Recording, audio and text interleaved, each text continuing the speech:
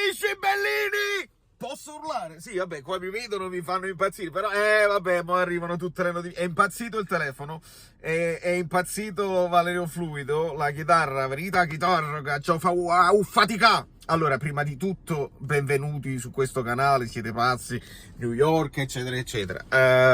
Siete completamente pazzi, like, penso 1926 like, ma senza nemmeno chiedere tanto, 1926 like. Per i risultati, siamo risultati, non vi posso fare un'analisi tattica, ma vi giuro che io adesso torno a casa e me la rivedo tale quale, proprio per intero, e domani andiamo live, domani ne andiamo a parlare live, perché io non avevo modo di poter andare live perché dovevo fare il che fare.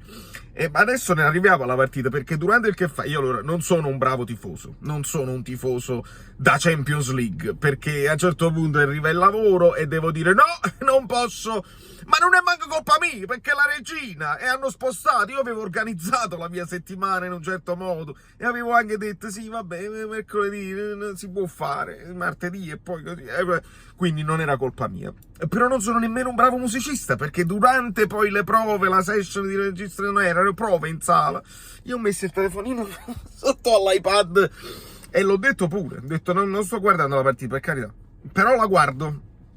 E però ad un certo punto, mentre nelle fasi di registrazione, vi sto dicendo i fatti miei, poi arriviamo al commento vero e proprio. Posso essere emozionato un pochino? Sì.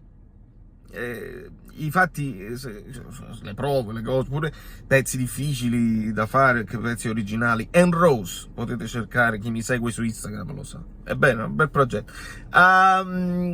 Sì, il triplete, mi dicono, calma. Alessandro Ludo, calma. Che succede? Che io vedo una partita mentre sto suonando, quindi non sono né un bravo musicista né un bravo tifoso. Mentre vedo una partita combattuta, una partita europea. Poi andremo nello specifico della tattica, domani faremo analisi tattica, andremo pure live. Però vedo una partita europea, vedo una partita di avanti e indietro, di back and forth, di falli, di gente cazzimosa che non voleva perdere il pallone, di gente che faceva la lotta da tutte e due le parti. Ora, abbiamo sentito, non abbiamo fatto altro che parlare dell'ambiente, dello stadio impossibile, che ci andiamo a fare, eccetera, eccetera. Si poteva andare a Glasgow a vincere, si poteva andare, si può fare calcio, si può fare calcio, si può parlare di calcio. Una pompierizza che c'è allora calma, perché sono gli abbonati che mi scrivono e mi escono le notifiche, lo so. Allora, partiamo dalle cose belle o dalle cose brutte? Le cose brutte è che ci servono dei rigoristi, dobbiamo deciderlo, questa storia che decide chi se la sente, poi non se la sente, non lo so, se poi deve essere Osimhen che non c'era, se può essere Kvara, Zielinski che insomma ce ne ha sbagliati tu. Allora, fondamentalmente io lì ho visto, quando ha sbagliato il primo Zielinski, ho detto vabbè, come più o meno, insomma, sempre a chiusura, quando non sei convintissimo, lo chiudi, però non lo chiudi abbastanza, e quindi non è andata bene. Lo para, però poi Politano, velocissimo, e io esulto in sala prove, perché ho detto è fatta così. Poi lo fa ripetere, e quando lo fa ripetere, o tiri una botta centrale fortissima, perché quella doveva essere la scelta, perché anche cambiare lato può essere, sai, il portiere ci prova, di questo mo cambia là, invece no, uguale, lo stesso rigore ancora più timoroso, e lì Agit, vabbè, e proprio non lo vogliamo fare. Però poi c'è stata pure l'espulsione, qualcuno mi dovrà pure dire nei commenti, adesso ne parliamo col mio amico arbitro, con Alberto, questo arbitro come vi è sembrato, perché ho visto cartellini che volavano, ho visto dei Rangers molto nervosi, Rangers nervosissimi in casa loro, col pubblico, eccetera, eccetera. Deve volare qualche testa, evidentemente. Sto gesticolando moltissimo. Ma 23-0 Champions League! E non so cosa hanno fatto le altre. Che hanno fatto le altre italiane? Il Milan non l'ho sentito, però poi c'è l'Inter, pure l'avevo sentito. La Juventus non lo so che cosa ha fatto. Me lo dite voi nei commenti? Perché può essere una giornata dove vincono tutte le italiane. A parte questo che ci interessa, cioè ci interessa per il ranking, ma ci interessa poco, quando poi arriva su tiro di Kvaratskhelia, che forse non ha fatto una grande partita, non lo so, però è rimasto tutto il tempo ed è pericoloso, perché ho visto la pericolosità, arriva il tiro, Politano lo tira benissimo, Politano lo tira veramente bene, lo incrocia anche lui, però lo incrocia forte, angolato e rasoterra, il portiere intuisce ma non ci può arrivare. Dopodiché mi fate dire bravo a Spalletti che così si fa entrare Ndombélé, ma prima del gol, l'abbiamo pensato tutti, come è entrato bene Ndombélé, è entrato subito con quello scambio a centrocampo dove Kvara poi se n'è andato, bello tosto, bello importante, bello convinto, verso in avanti. Oh, chiaro che i Rangers erano con uno in meno e quindi è pure più facile, ma meglio, perché gli fai prendere fiducia in una situazione favorevole in ambito internazionale, che è quello che è la sua specialità, perché è uno che ha giocato in Inghilterra, ha giocato in Francia, bene, e vedi bene che viene premiato anche dal gol. Ovviamente dobbiamo dare un plauso, dobbiamo fare un plauso a Anguissa, che poi si è strappato quei palloni, l'assist finale per Ndombélé è stato bellissimo, ma bellissimo anche l'ingresso e il gol di Raspadoro, ma molto molto bene, ha segnato di sinistro, veniva a centrocampo a strapparsi i palloni, a me quello mi interessa, a centrocampo a strapparsi i palloni, così Spalletti si convince che fa l'equilibrio e possiamo anche giocare 4-2-3-1 senza problemi con la punta. E Oliveira è entrato bene, perché poi c'è l'assist, c'è lo scambio con Raspadori, andava per via centrale, Theo Hernandez. Lo capite com'è importante? Ora speriamo che non ci siamo distratti sicuramente, perché adesso io devo pompierare, ma la città è in festa, ed è giusto anche che sia in festa, perché noi ci dobbiamo godere il percorso, e goderci il percorso significa anche questo, significa anche godere, poi senza magari guardare più in là, ma vi giuro già, Champions League, cose che sono cose assurde, che non si dicono proprio.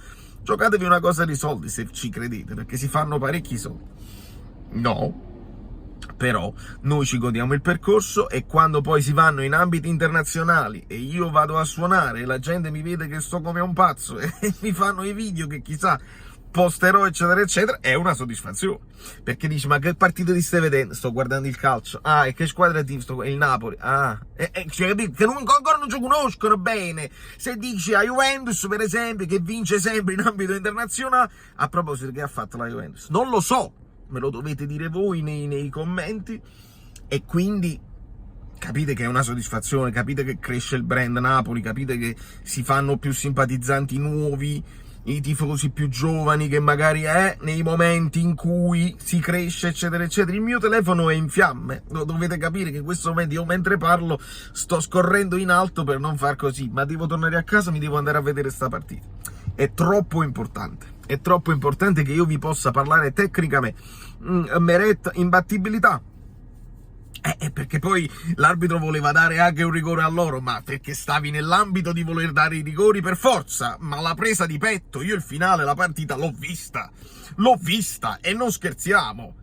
Voglio dire, bravo Di Lorenzo che stava vicino all'arbitro. Poi non lo so la prestazione di Di Lorenzo, ma vederlo vicino all'arbitro, vederlo vicino Politano nel momento del rigore, vederlo che così che parlava, perché poi non si possono sentire cose labiali eccetera eccetera, ma bravo Di Lorenzo, stai probabilmente, come si dice, accorciando i tempi, bruciando le tappe, ecco, stai bruciando le tappe per diventare un bravo capitano.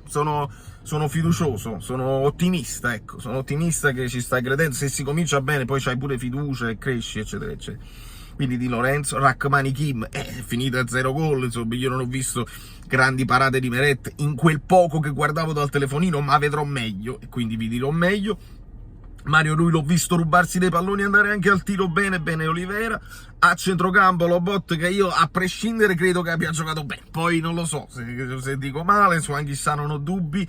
E su Zielinski, ecco, probabilmente quella è una prestazione su cui ovviamente i 2 rigori sbagliati pesano, però l'ho visto al centro delle gol, me la già pure. Bravo anche Zerbin, mi piace, perché poi col piede su Zerbin è più uomo di fascia su tutti e 2 i piedi, mi piace di più, forse Spalletti l'ha capito, perché entra anche Elmas al posto di Kvara, o Kvaratskhelia, perché noi lo sappiamo dire, e addirittura resta Zerbin a destra. Questa secondo me può essere il tutto, può essere la chiave per non sprecare poi Elmas sulla destra, che non va bene, e quindi Elmas lo lasci sul centro-sinistra, lo puoi alternare con Raspadori. Bene Simeone, chissà che partita che ha fatto.